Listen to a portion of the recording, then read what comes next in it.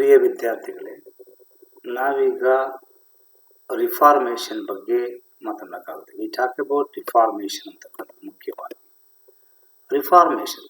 Reformation movement very important moment in the history of Europe. A revolt against the supremacy of papacy of church, a movement which attempted at purifying the church. Like other movements, Reformation also brought about the transition from the medieval life to the modern life. The Reformation movement was partly a revolt against the supremacy of papacy of the church and partly a movement which attempted at purifying the church. This soon became a revelation and broke the church into two divisions, example Catholic and Protestant. ಮುಖ್ಯವಾಗಿ ಸುಧಾರಣಾ ಚಳುವಳಿ ಅಂತಕ್ಕಂಥದ್ದು ಪ್ರಮುಖವಾದಂತಹ ಒಂದು ಚಳುವಳಿಯಾಗಿದೆ. ಇದು ಮುಖ್ಯವಾಗಿ ಚರ್ಚ್ನ ಒಂದು ಅವತ್ತು ಚರ್ಚ್ ಹೊಂದಿರತಕ್ಕಂಥ ಸ್ಥಾನಮಾನವನ್ನ ಪ್ರಶ್ನೆ ಮಾಡಲಿಕ್ಕೆ ಉಂಟಾದಂತಹ ಒಂದು ಚಳುವಳಿ ಅಂತಕ್ಕಂಥ ಮಾತನ್ನ ಹೇಳಬೇಕಾಗ್ತದೆ. ಮುಖ್ಯವಾಗಿ ಈ ಒಂದು ಚಳುವಳಿ ಅಂತಕ್ಕಂಥದ್ದು ಚರ್ಚನ್ನ ಶುದ್ಧೀಕರಣ ಮಾಡಿ, ಚರ್ಚ್ನ ಪರಮಾಧಿಕಾರವನ್ನ, ಭ್ರಷ್ಟಾಚಾರವನ್ನ, ಅನಾಚಾರವನ್ನ ಶುದ್ಧೀಕರಣ ಮಾಡೋಕ್ಕಾಗಿ ನಡೆದಿರ್ತಕ್ಕಂತಹ ಒಂದು ಚಳುವಳಿ ಅಂತಕ್ಕಂಥದ್ದು ಮಾತನ್ನ ಹೇಳಬೇಕಾಗುತ್ತೆ. ಈ ಚಳುವಳಿ ಅಂತಕ್ಕಂಥದ್ದು ಪ್ರಮುಖ ನಂತರ ಕ್ರೈಸ್ತ ಧರ್ಮ ಎರಡು ಭಾಗಗಳಾಗಿ ವಿಭಜನೆ ಆಗುತ್ತೆ. ಒಂದು ಕ್ಯಾಥೋಲಿಕ್ ಮತ್ತು ಮತ್ತೊಂದು ಪ್ರೊಟೆಸ್ಟೆಂಟ್ ಅಂತ ಪ್ರಮುಖವಾಗಿ ಕರೀತೀವಿ. ಮುಖ್ಯವಾಗಿ ಇದಕ್ಕೆ ಕಾರಣ ಕಾಸಸ್ ನೋಡಿದಾಗ domination of the church, pope and his corrupt methods, rise of nationalism, renaissance, sale of indulgence ಅಂತಕ್ಕಂಥ ಮಾತನ್ನ ನಾವು ಹೇಳಬೇಕಾಗುತ್ತೆ. ಮುಖ್ಯವಾಗಿ the first one, in the medieval period, the Pope of the Roman Catholic Church was regarded as the representative of God. His word was law. The authority of the Pope was not only confined to religious activities but also to political matters. On many occasions, this led to the struggle between the Pope and kings.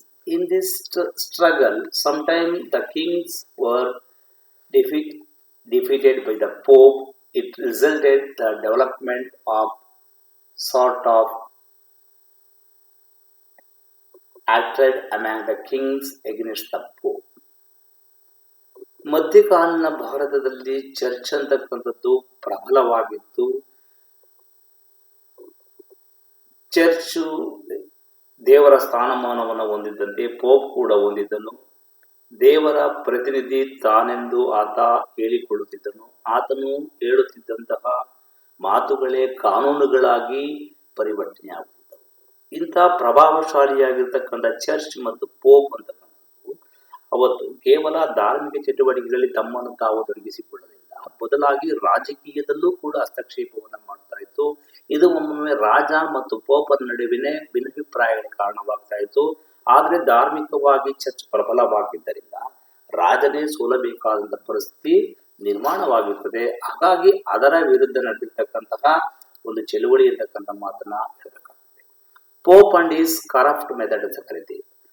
What ever pleased the pope become a law of the land. In the name of religious, pope collected the huge sum of money and lots tracts of land in form donation and gift. The clergy become the corrupt and ideal. Naturally, the church lost its early purity and religious purity. Almost it became a state within a state. ಅವತ್ತು pop ಅಂತಕ್ಕಂಥವನು ಭ್ರಷ್ಟಾಚಾರದಿಂದ ಮತ್ತು ಪರಮಾಧಿಕಾರದಿಂದ ಕೂಡಿರ್ತಕ್ಕಂಥ ವ್ಯಕ್ತಿಯಾಗಿದ್ದ. ಈತ ಜನರಿಂದ ಧಾರ್ಮಿಕ ತೆರಿಗೆ ರೂಪದಲ್ಲಿ ಅಪಾರವಾದಂತಹ ಹಣ, ಭೂಮಿ ಮತ್ತು ಉಡುಗೊರೆಗಳನ್ನ ಪಡೆದುಕೊಳ್ತಾ ಇದ್ದ. ಇವೆಲ್ಲವನ್ನು ತನ್ನ ಸ್ವಾರ್ಥಕ್ಕಾಗಿ ಈತ ಬಳಸ್ಕೊಳ್ತಾ ಇದ್ದ. ಯಾವುದೇ ರೀತಿಯ ಧಾರ್ಮಿಕ ಕೆಲಸ ಕಾರ್ಯಗಳನ್ನ ಬಳಸ್ಕೊಳ್ತಾ ಇರಲಿಲ್ಲ ಮುಖ್ಯವಾಗಿ. ಹಾಗಾಗಿ ಚರ್ಚ್ ತನ್ನ ಪಾವಿತ್ರತೆಯನ್ನ ಕಳೆದುಕೊಂಡಿರ್ತದೆ. ಹಾಗಾಗಿ ಅದರ ವಿರುದ್ಧ ನಡೆದಿರ್ತಕ್ಕಂಥ ಸುಧಾರಣೆಯ ವಿರುದ್ಧ ನಡೆದಿರ್ತಕ್ಕಂಥ ಚಳುವಳಿಯನ್ನು ನಾವು ಸುಧಾರಣಾ ಚಳುವಳಿಗೆ ಮುಖ್ಯವಾದಂತಹ ಕಾರಣ ಅಂತ ಕರಿತೀವಿ. Rice of nationalism. Nationalism was strong in many countries of Europe. Many nations tried to the emerge as national status under national kings, but the church stood in the way of national status. The Roman Church and its branches in various states in Europe with its office. These national rules disliked the Pope because he aimed at making the church a supreme of institution, but the kings wanted to have national churches of their own under their supremacy. ಜನರಲ್ಲಿ ರಾಷ್ಟ್ರೀಯತೆಯ ಮನೋಭಾವನೆ ಅಂತಕ್ಕಂಥದ್ದು ಬೆಳೀತಾ ಹೋಗ್ತದೆ. ಮುಖ್ಯವಾಗಿ ಯುರೋಪಿನ ಬಹುತೇಕ ರಾಷ್ಟ್ರಗಳು ಇದು ಬೆಳೀತಾ ಹೋದ್ದರಿಂದ ಅವತ್ತು ಯುರೋಪಿನ ಬಹುತೇಕ ಕಡೆಗಳಲ್ಲಿ ಆಲ್ಮೋಸ್ಟ್ ಆಲ್ ಎಲ್ಲ ಕಡೆ ಕೂಡ ಕ್ರೈಸ್ತ ಧರ್ಮವಿತ್ತು, ಚರ್ಚ್ ಇತ್ತು. ಹಾಗಾಗಿ ಇದನ್ನ ಅವರು ವಿರೋಧಿಸ್ತಾರೆ. ಆದರೆ ಯಾಕೆಂದ್ರೆ ತಮ್ಮ ಸ್ಥಾನಮಾನಗಳು ಕಡಿಮೆ ಆಗಬಹುದು ಅಂತಕ್ಕಂಥ ಕಾರಣದಿಂದ ಜನರಿಗೆ ತಿಳುವಳಿಕೆ ಬೆಳೆಯತಕ್ಕ. ಆದರೆ ರಾಜ ಇದನ್ನ ಸ್ವಾಗತಿಸ್ತಾನೆ ಅಂತಕ್ಕಂಥ ಮಾತನ್ನು ಹೇಳಬೇಕಾಗ್ತದೆ. ಹೀಗಾಗಿ ಇದರ ಸುಧಾರಣಾ ಚಳವಳಿಗೆ ಮತ್ತೊಂದು ಕಾರಣ ಅಂತ ನಾವು ಕರಿತೀವಿ. ಮುಖ್ಯವಾಗಿ ರೆನೈಸಾನ್ ಅಂತಕ್ಕಂಥ the renaissance taught men to think and critics freely any idea according to their conscience. This led men to open their eyes and question their evil study become the deep rooted in the church. ಯಾವಾಗ 16ನೇ ಶತಮಾನದಲ್ಲಿ ಪುನರುಜ್ಜೀವನ ಚಳಿ ಉಂಟಾಯಿತು, ಜನರಿಗೆ ಜ್ಞಾನದ ಕಣ್ಣು ತೆರೆಯಿತು, ಜನರಲ್ಲಿ ವಿಚಾರವಂತಿಕೆಗಳು ಮೂಡ್ತವೋ, ಜನರು ಪ್ರಶ್ನೆ ಮಾಡ್ತಕ್ಕಂಥ ಒಂದು ಸಾಮರ್ಥ್ಯವನ್ನು ಬೆಳೆಸ್ಕೊಳ್ತಕ್ಕಂಥದ್ದು ಇದೆಯಲ್ಲ, ಅದರಿಂದ ಅದು ಸುಧಾರಣಾ ಚಳುವಳಿಗೆ ಮುಖ್ಯವಾದಂಥ ಕಾರಣ ಅಂತಕ್ಕಂಥ ಮಾತನ್ನ ಅವರು ಹೇಳಿದ್ದಾರೆ. ಮುಖ್ಯವಾಗಿ ಸೇಲ್ ಆಫ್ ಇಂಡಿಗ್ಲೆನ್ಸ್ ಅಂತೇಳಿ, ಇದು ಪಾಪ ಕ್ಷಮಾಪಣಾ ಪತ್ರಗಳ ಮಾರಾಟ ಅಂತ ನಾವು ಹೇಳ್ತೀವಿ. ಮುಖ್ಯವಾಗಿ ದ ಇಮಿಡಿಯೇಟ್ ಕಾಸ್ ಅಂತ ಕೇಳಿದ್ರೆ the protestant reformation began in Germany in the 16th century. It was sparked by the Martin Luther. ಆ ಕಾಲದಲ್ಲಿ ನಡೀತಕ್ಕಂಥದ್ದು ಮುಖ್ಯವಾಗಿ ಇದು ಪ್ರಮುಖವಾದಂತಹ ಒಂದು ಕಾರಣ ಅಂತಕ್ಕಂಥ ಮಾತನ್ನ ಹೇಳಬೇಕಾಗುತ್ತೆ. ಪಾಪ ಕ್ಷಮಾಪಣಾ ಪತ್ರಗಳು ಅಂತ ನಾವು ಇದನ್ನ ಕರಿತೀವಿ. ಮುಖ್ಯವಾಗಿ ಇದನ್ನ ಮುಖ್ಯವಾಗಿ ಸರ್ಟಿಫಿಕೇಟ್ ಆಫ್ ಅಟೋನ್ಮೆಂಟ್ ಅಂತಕ್ಕಂಥ ಮಾತನ್ನ ಹೇಳ್ತಾರೆ. ಮುಖ್ಯವಾಗಿ ಇದನ್ನ saint Peter church in Rome by selling the indulgence ಅಂತ ಕರಿತೀವಿ. ಅದನ್ನ ಅವನು ಮಾರಾಟ ಮಾಡ್ತಾ ಇರ್ತಾನೆ. ಇದು ಪ್ರಮುಖವಾದಂಥ ಕಾರಣವಾಗಿ ಬರ್ತದೆ. ಇದು ದ ರೆಗ್ಯುಲೇಷನ್ ಚಿತ್ರವನ್ನು ನೀವು ಪ್ರಮುಖವಾಗಿ ಗಮನಿಸಬಹುದು. ಅಲ್ಲಿ ಮಾರ್ಟಿನ್ ಲೂಥರ್ ಪ್ರಮುಖ ಮಾರ್ಟಿನ್ ಲೂಥರ್ ಅಂತಕ್ಕಂಥವ್ರು ಮುಖ್ಯವಾಗಿ ಇವನನ್ನ started a rebellious movement against the church, protestant movement ಅಂತ ಕರಿತೀವಿ ಇದನ್ನು ಕೂಡ. Against the sale of indulgence ಅಂತ ಹೇಳಿದೆ. Nailed his 95 thesis on the doors of the Wittenberg church in Germany. Excommunicate ಅಂತ ಕರಿತೀವಿ. ಎಡಿಕ್ಟ್ ಆಫ್ ವರ್ಮ್ಸ್ ಅಂತ ಕರಿತೀವಿ. ಮುಖ್ಯವಾಗಿ ಮಾರ್ಟಿನ್ ಲೂಥರ್ ಇದಲ್ಲ 1483-1556, a Catholic monk and professor of theology in the University of Wittenberg in Germany. He was shocked to see the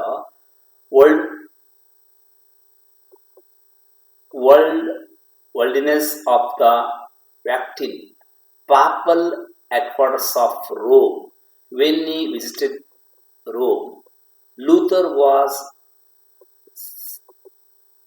sincere Christian. He believed that the soul should be saved any thought faith. Luther was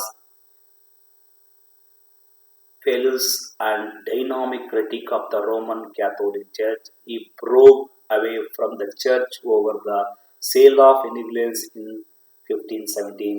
In the year 12, he agent of the Pope came to Wittenberg to collect the money and construction of St. Peter Church in the Rome by selling the indulgence certificate of atonement. The purchaser of an indulgence was assured of remission of the penalty after the death for his sins. The people embraced Martin Luther. The Protestant ignorancy against the sale of indulgence. If the Pope released the souls from the purgatory of money, why not for charity's sake? He cried out. Martin Luther wrote out of the objection against the church practices and papal authority in Latin in the from a 95 thesis statement on points of difference between the principles and practices of the Catholic Church. He nailed the 95 thesis to the door of Church Wittenberg in 1517. This may be considered the beginning the Protestant movement in Germany. Luther asked the scholars to discuss the thesis with him, but nobody came forward. Someone translated the thesis into the German language and distributed them widely. Luther's thesis became the topic of public conversation in Germany. In reply to the Luther's attacks, the Pope excommunicated him in 1520. In 1521, German Diet at Worms outlawed the Martin Luther and ordered his writing to be banned. The Pope of North Germany ignored the decree of the Diet of Worms. For a time, Luther was hidden by his friends in Castle, where they translated by the Bible into the German language. Martin Luther ಅಂತಕ್ಕಂಥವನು ಪ್ರತಿಸುಧಾರಣೆಯ ನಾಯಕನಾಗಿ ಹೊರಹೊಮ್ಮಿದ್ದಾನೆ. ಮುಖ್ಯವಾಗಿ ಇದನ್ನ ಮತ ಸುಧಾರಣೆಯ ಪಿತಾಮಹ ಅಂತ ಕರಿತೀವಿ. ಈತ ಪೋಪನನ್ನ ಅಧಿಕಾರವರ ಪ್ರಶ್ನೆ ಮಾಡಿರ್ತಕ್ಕಂಥ ಮೊದಲಿಗನಾಗಿದ್ದಾನೆ ಮುಖ್ಯವಾಗಿ.